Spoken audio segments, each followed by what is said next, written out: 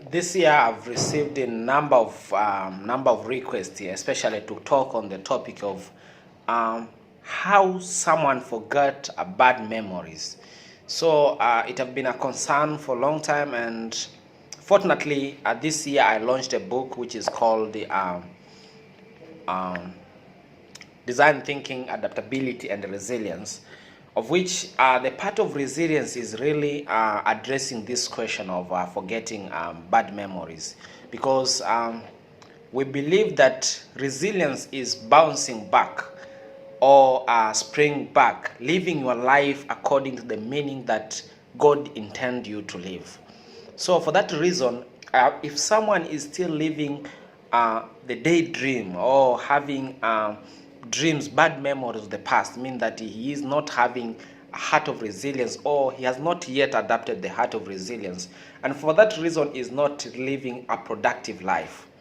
So, with that regard, I want to talk with you some short and important aspect on how you can remove bad memories in your head and start living a life which is meaningful, despite the loss, despite any difficulty that you have been passing through.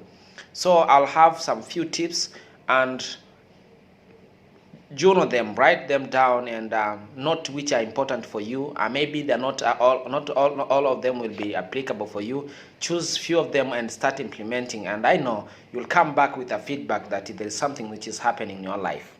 So tip number one is avoid playing the mini movie in your heads associated with the context of your memory. So if there is any bad memory in your head, so make sure that you avoid playing a mean video or mean movie in your head, because the more you play them, the more you remember the music when that particular event happened, the more you remember the context of that environment, the more you remember the smell of that day.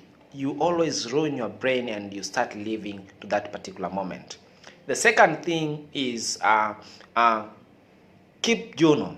Keep journal. Mean that I want you to start writing the important component, the positive thing that you are doing, things which are good in your life. That one will help you when it comes to when you remember bad memories, you have to replace with good moment that you had in your life. There are always positive things that you have done.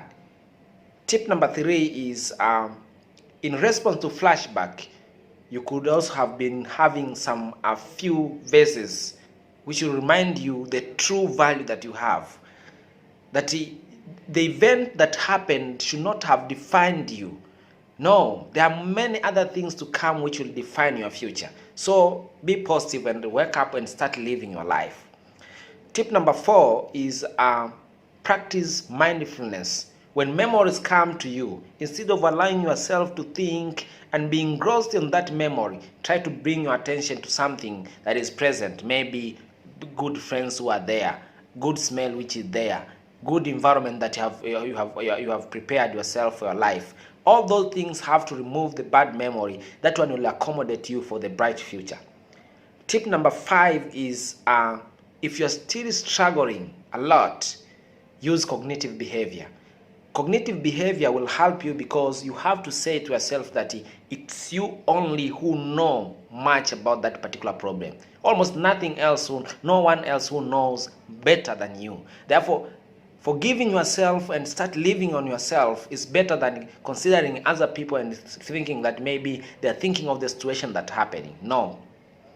Tip number six is if you had a scenario, take more worst scenario, compare that worst scenario maybe which was done by other people, and come up with a solution that you think maybe your scenario was more even not that worst compared to that other people.